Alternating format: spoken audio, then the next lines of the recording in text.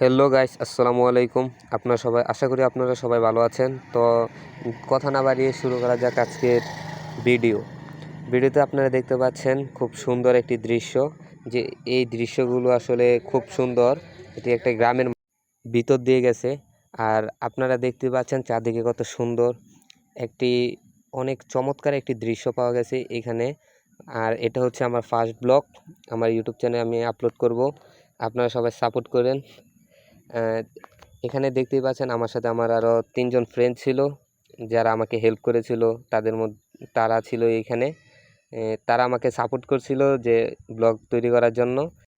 এটি আমার first blog. যদি কথার মাঝে কোনো ভুল ত্রুটি থাকে তাহলে নিজ দায়িত্বে আমাকে ক্ষমা করবেন। আর আপনারা এই ব্লগে দেখতে পারবেন গ্রাম বাংলার সেই সবুজ শ্যামল, সেই সৌন্দর্য, যে এই প্রকৃতি যা আপনারা শহর অঞ্চলে পাবেন না। এবং এই সবুজের ভিতরে ঘেরা আমাদের এই বাংলাদেশ। যদি আপনারা এইসব সবুজ প্রকৃতি যদি পছন্দ করে থাকেন বা ভালোবেসে থাকেন, তাহলে আমার ইউটিউব চ্যানেলে কমেন্টে বলবেন। আমি আপনাদের জন্য আরও সুন্দর সুন্দর ভিডিও নিয়ে আসবো, গ্রাম বাংলার সে ঐতিহ্য তুলে ধরবো। সবাই আমাকে সাপোর্ট করবেন। আমার প্রথমেই বলেছিলাম এটা আমার ফার্স্ট ব্লগ, সেজন্য একটু ভুল ত্রুটি থাকতে পারে, সবাই আমাকে ক্ষমার দৃষ্টিতে দেখবেন। যারা আপনারা শহরে থাকেন তারা এই গ্রামের এই প্রকৃতির বাতাস হয়তো অনেক মিস করেন, কিন্তু শহরে যে আবহাওয়া, শহরের মধ্যে যে উচ্ছৃঙ্খলতা বৃদ্ধি পাচ্ছে সেটি আসলে গ্রামের মধ্যে নেই।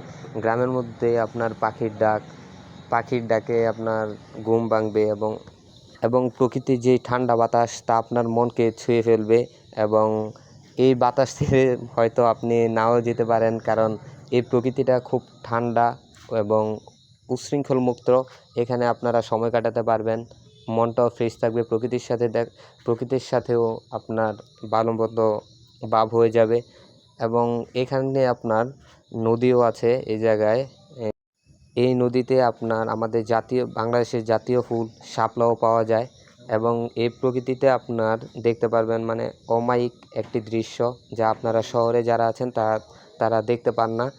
এবং যারা গ্রামের আছেন তারা এই দৃশ্যগুলো দেখতে পারে এবং উচ্ছৃঙ্খল মুক্ত জীবনযাপন করতে পারে। আপনারা এখন দেখতে পাচ্ছেন ফেসবুকে আপনার রাসেল ভাইপার নিয়ে অনেক সমালোচনা, সেজন্য আমরা এখানে কিছু ঝোপঝাড় ছিল, বন্ধুরা মিলে দেখছিলাম রাসেল ভাইপার পাওয়া যায় কিনা।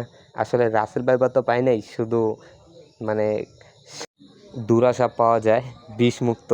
কিন্তু রাসেল ভাইপারের খুঁজে আমরা বেরিয়েছিলাম যে দেখা যাক রাসেল ভাইপার পাই কিনে। এত সুন্দর একটি দৃশ্য আসলে দেখার উদ্দেশ্যটা ছিল এখানে আপনার পানি ওঠে অনেক অনেক, এবং পদ্ম ফুল পাওয়া যায়, শাপলা ফুল পাওয়া যায়।